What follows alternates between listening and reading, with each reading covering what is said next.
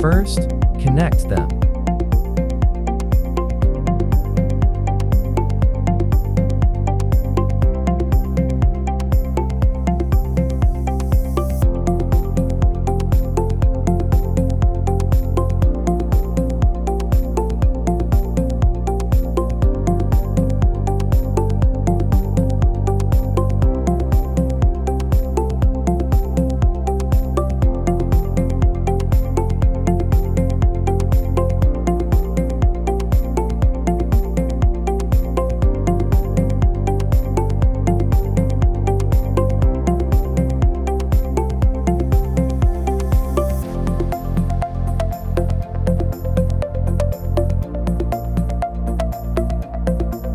Plug in the dongle into the computer.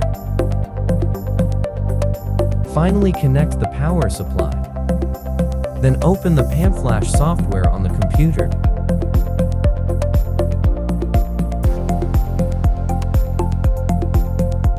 Choose the Bosch ME17 option. Click Identification to start identification. Click Yes. After successful recognition, click Read to read the data. Click Yes. Just save the data after successful reading.